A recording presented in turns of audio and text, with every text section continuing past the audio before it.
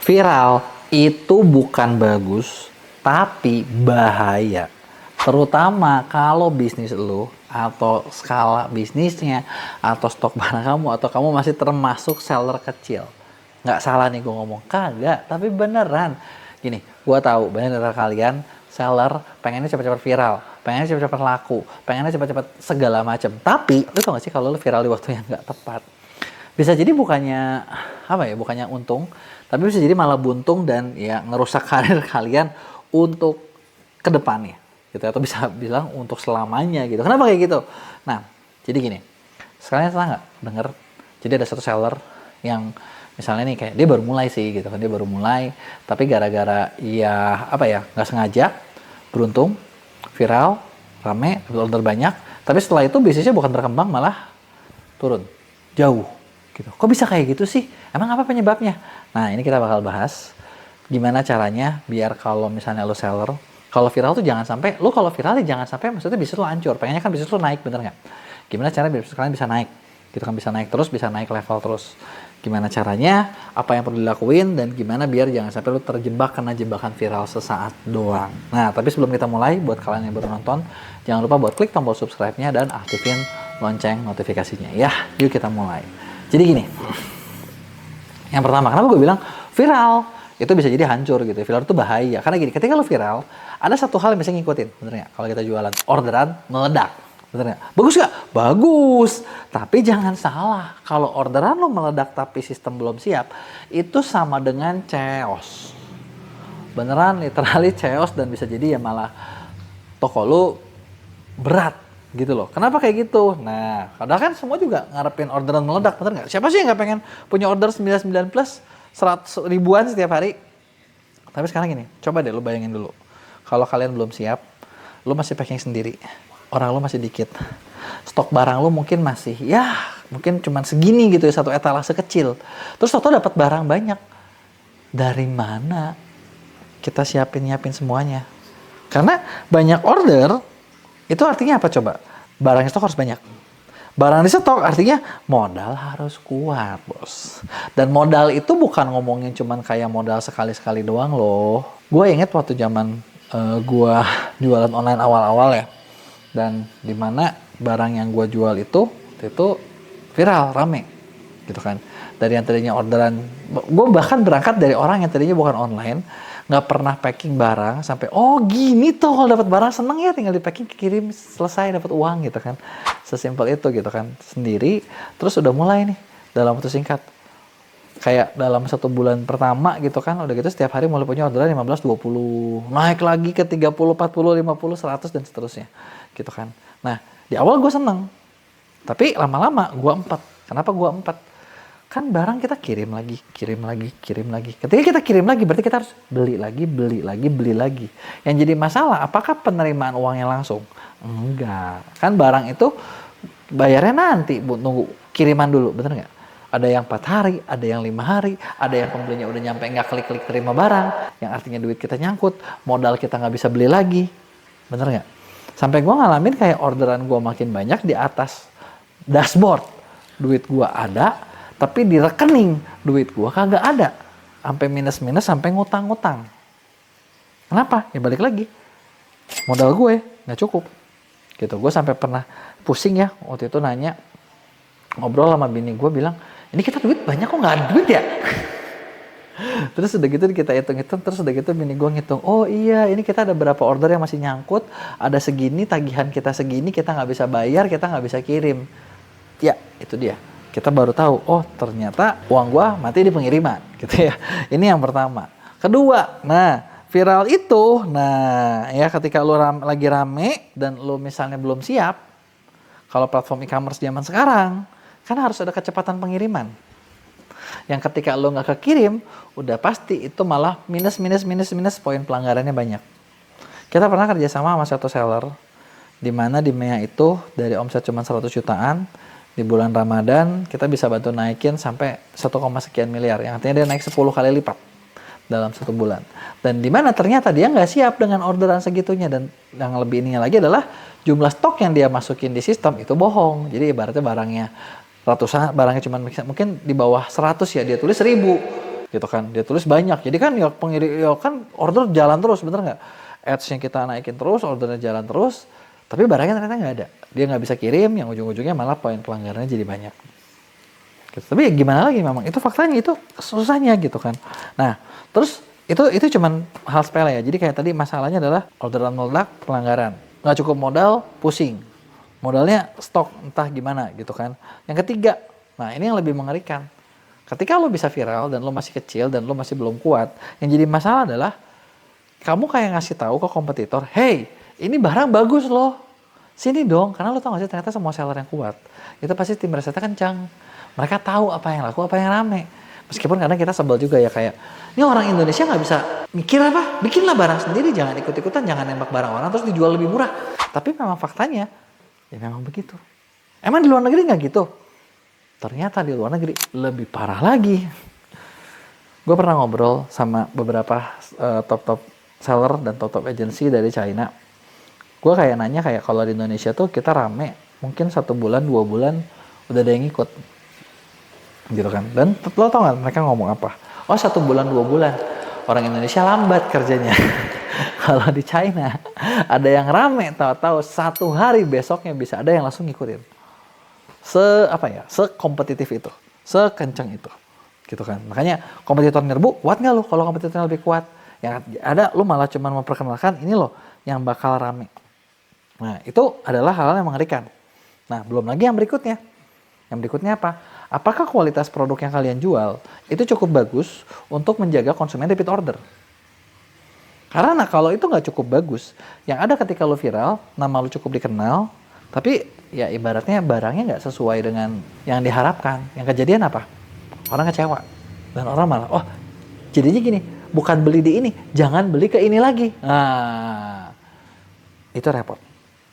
Itu sangat merepotkan dan itu bakal menyedihkan. Gitu ya. Nah, terus solusinya apa nih kalau kayak gitu? Solusinya yang pasti pertama adalah kita perlu bisa bikin sistem secara rapi. Ibaratnya jadi kalau gitu jangan konten dong, kalau gitu jangan promosi dong. Ya enggak juga. Lu tetap lakukan. Tapi maksud gua ketika lu mulai ada pergerakan, kalian harus bisa jadi bisnis kalian tuh harus cepat. Bisa gerak cepat. Oke. Tahu-tahu kecepatan gua ini nih, gua harus bisa dalam waktu cepat ngikutin. Nah, biasanya seller yang semuanya pengen dikerjain sendiri nggak bisa kayak gitu. Udah bisa harus langsung cepat delegasi. Oke, tahu-tahu rame nih. Berarti gue harus mungkin cari tambah orang buat packing. Bener nggak? Buat packing. Oh, packingnya harus bikin sistem nih biar nggak error. Bener nggak? Oh, kurang barang nih. Gue harus bisa gimana? Dapetin sumber pendanaan atau apa gitu loh. Itu adalah hal yang perlu lakuin. Karena kalau nggak gitu lo repot. Gitu kalau ditanya. Tapi kalau gitu cari dana dari mana? Kok kan kita juga kembang segala macam repot. Iya itu emang agak repot sih. Tapi sebenarnya kalau misalnya lo punya barang yang cukup oke, gue punya program kerjasama dengan salah satu perusahaan Singapura di mana itu bisa modalin lo. Lumayan kan? Dibantu pengiriman, dibantu permodalan, dibantu marketing. Itu ada program seperti itu di mana ya kalian benar-benar tinggal fokus cari barangnya aja. Bikin barang yang bagus aja gitu. Lebih enak dong kalau kayak gitu. Karena lu nggak usah musikin lagi sisanya gitu ya. Nah, itu adalah kayak tadi rapihin secara sistemnya. Ya. Nah, kalau udah punya sistemnya rapi, lu lihat feedback dari konsumen. Buat apa? Pastiin dapat yang namanya repeat order. Repeat order 100% nggak mungkin. Targetnya kita adalah yang minimum berapa persen nih? 20% kah? 30% kah? Supaya jangan sampai setiap bulan kita tuh harus cari pembeli baru. Karena kalau pembeli baru terus mahal dan bisnis lu nggak sehat. Yang ketiga, solusinya apa? Persiapkan ketika lu dari awal, lu punya margin yang cukup sehat. Karena kalau marginnya terlalu mepet, udah nggak punya arah buat kemana-mana. Lu bayangin ya, potongan e-commerce berapa? Ya, mungkin bisa 15-20%. Ya, fair aja bener nggak? Iklan 10-15% lagi. Belum yang lain-lain. Pajak, nah kalau margin lu dikit, kita maksudnya gini loh, kita nggak bisa maksa orang buat ngerti barang gue memang jualnya murah. Jadi margin gue memang kecil, jadinya lo cuma mau bekerja dengan orang-orang yang mau dibayar kecil. Karena kalau kayak gitu bisnis itu juga nggak berkembang. Memang lu butuh margin supaya semuanya happy gitu, semua orang cukup. Nah, jadi itu tuh beberapa hal yang perlu kalian siapin. Itu kan kalau itu bisa lu jalanin, sebenarnya viral itu bukan lagi sesuatu yang menakutkan, tapi viral yang kita tunggu-tunggu nih. Udah tinggal nunggu viralnya, begitu viral, boom, kesempatan datang, bisnis lu bakal jadi lebih gede. Kurang lebih kayak gitu. Nah, kalau ada yang mau tanyain, lo tulis di komen, bakal gue jawab di Q&A. Jangan lupa buat like dan share. Gue nggak ngerti kenapa, tapi kalau gue perhatiin, makin kesini makin banyak banget seller-seller yang repeat ordernya itu turun terus. Tahu nggak dari mana gue ngehnya? Karena gini, ketika kan kita lagi banyak ngolah data ya. Di Mea itu kita lagi banyak ngolah data, semua klien-klien yang kita kerja sama, kita lagi bikin platform buat data analisisnya. Jadi mereka tahu harus ngapain. Nah, ketika kita lagi ngolah data-data tersebut, gitu, kita nemu ada beberapa poin di mana banyak yang kan kalau di Shopee itu kelihatan ya, maksud gua kelihatan tuh gimana?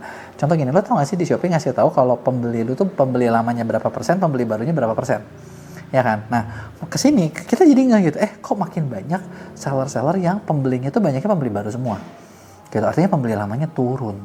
Nah, ada masalah apa nih? Karena gini, kalau gua merasa kalau pembeli lama gua dikit, gua panik loh.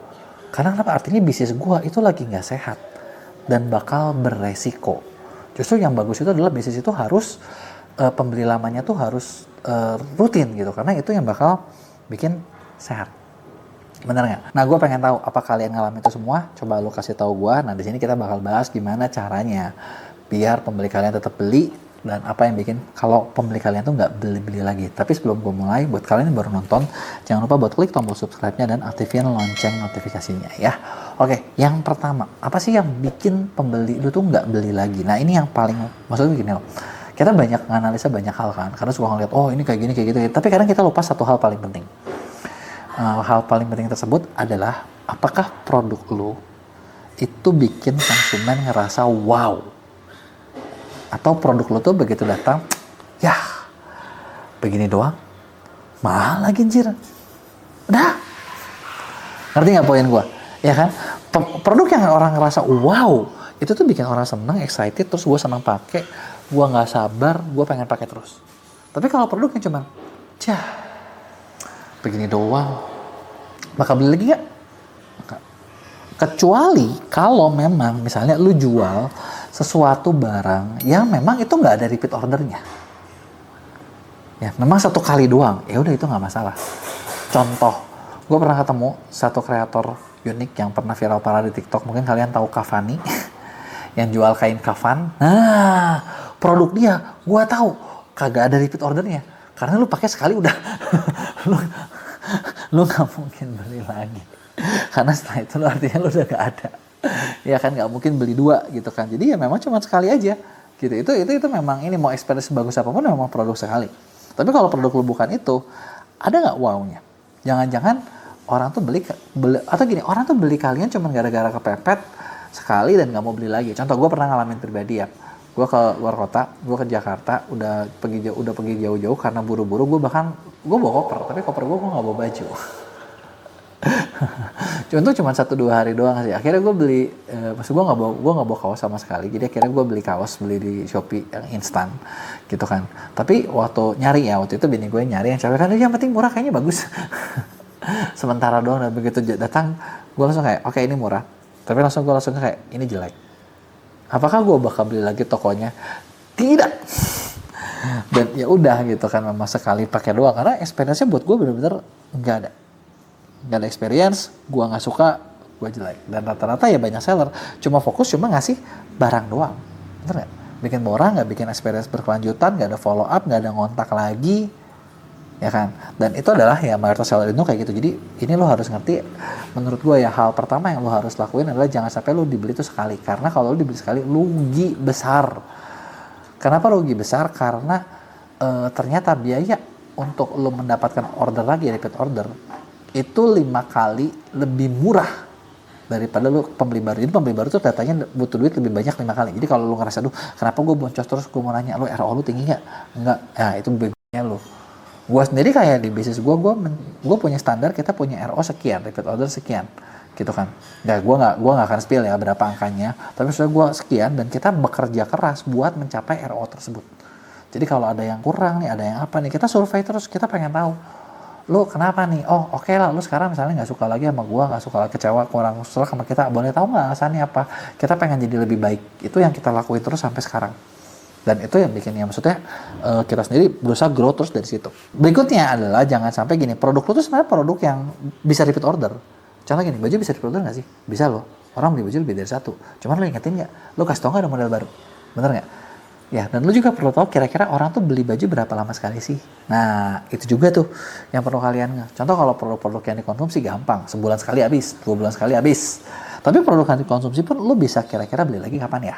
Kecuali mungkin kayak sofa nih ya. Kalau sofa sekali doang gitu kan.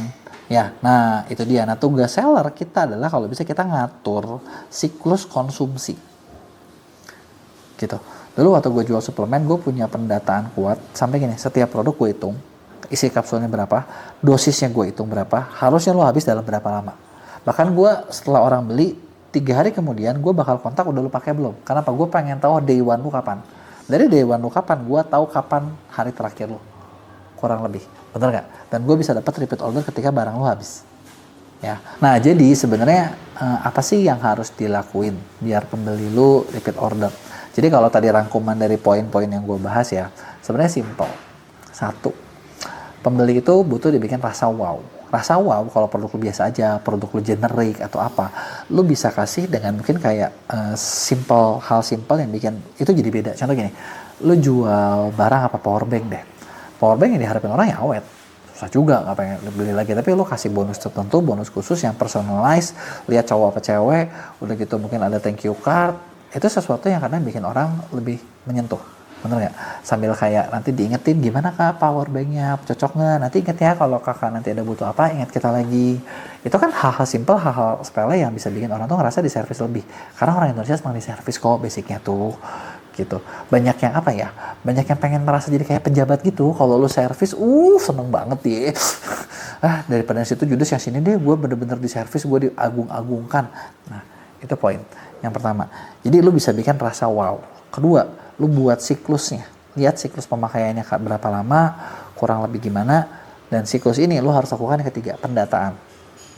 Database pembeli ini adalah nyawa lu. Pendataan ini yang perlu kalian perlu ingetin lagi, perlu kalian kontak lagi, perlu ditawarin lagi supaya ingat sama kalian dan beli lagi produk kalian, repeat order produk kalian. Gitu, itu adalah yang ketiga. Nah, yang keempat, lu mulai nih.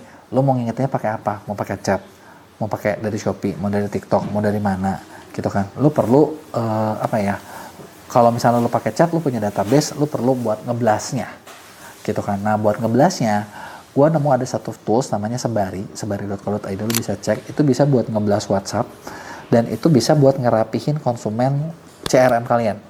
Jadi CRM kalian itu bisa lebih rapi dan ngejualnya bisa lebih laku. Gitu kan. Atau kalau kalian kalau misalnya di Shopee kan susah nih gue nge-list database, lu jual pakai link creator. Jadi itu satu project yang barengan di mana Sebari dan link creator itu ternyata saling berhubungan. Lu punya beli link creator berarti Sebari bisa buat nge-blast dan lain sebagainya. Gitu. Jadi itu sangat ngebantu banget, sangat memudahkan banget. Gitu kan. Nah, terakhir kalau bisa lu perlu punya personal touch atau hubungan sama si pembeli tersebut. Dengan mereka kita hubungan personal, itu bakal bikin mereka nggak enak, dan kalau misalnya mereka mau beli barang, belinya ke kalian lagi. Jadi kebayangkan, itu dia beberapa cara supaya repeat order lu naik. Karena kalau repeat order lu kagak naik, udah deh, capek. Mau sampai kapan sih jualan cari orang baru terus? Mau ngiklan terus, nanti boncos terus, bener nggak? Sedangkan yang lama, kalian lupain. Padahal ini nih, menurut gua, emasnya tuh ada di sini. Ya, kurang lebih kayak gitu. Kalau ada yang bertanya, lu tulis di komen, bakal gua jawab di Q&A minggu depan. Jangan lupa juga buat like dan share.